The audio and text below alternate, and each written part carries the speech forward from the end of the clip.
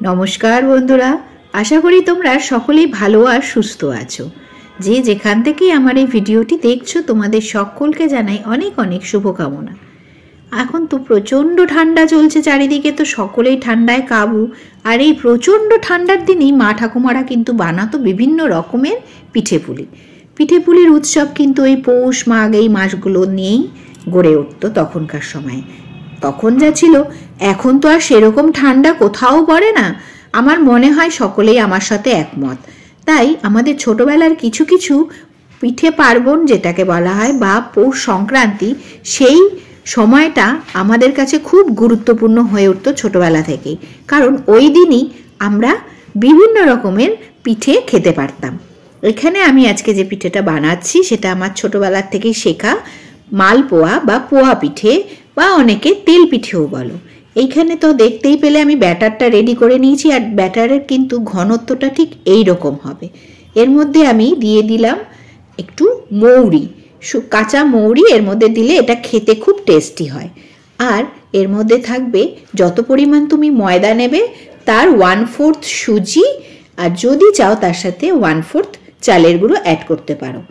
আর তার সাথে নলের গুড় আমার ছিল, আমি গুড় অ্যাড করেছি। না থাকলে তোমরা যেটা পাটালি গুড় সেটাও অ্যাড করতে পারো, ভেঙে টেঙে বা কুড়িয়ে নিয়ে। আর যার কাছে কিছুই নেই সে চিনি ইউজ করতে পারো। সাদা তেল কড়াইতে দিয়ে এইভাবে হাতা দিয়ে দিয়ে ব্যাটারটা দিতে হবে। আর তারপরেই কিন্তু সুন্দর এপিট ওপিট ভাজা হবে। ওটা আমার প্রথম পিঠে ছিল। ওই পিঠেটা আমি সূর্যদেবকে অর্ঘ্য করি, বা তোমরা যদি দিনের বেলায় না বানিয়ে রাতের বেলায় বানাও তাহলে সেটা অগ্নিদেবকে অর্পণ করবে।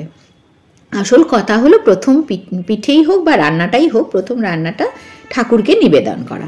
তারপরেরগুলো তুমি আমি সবাই বাড়ির লোকজন মিলে খেতে পারি। আর এই তেলের পিঠে বা মালপোয়া খেতে এত টেস্টি হয়, আর এইটা গরম গরম খেতেই বেশি স্বাদ। কি আমি ঠিক বলছি কি না?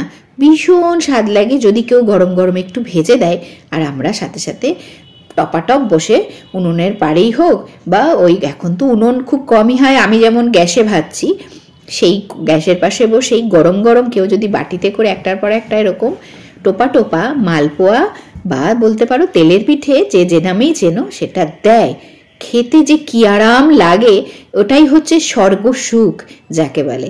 আমিও ঠিক আমার বাড়ির মানুষদেরকে এইভাবেই এগুলো বানিয়ে বানিয়ে গরম গরম করে খাওয়াই। আর ভীষণ ভালো লাগে যখন তাদের ওই তৃপ্তির মুখটা দেখি। ভিডিওটি ভালো লাগলে আমার চ্যানেলটিকে সাবস্ক্রাইব করে রেখো, আর সকলে ভালো থেকো, সুস্থ থেকো।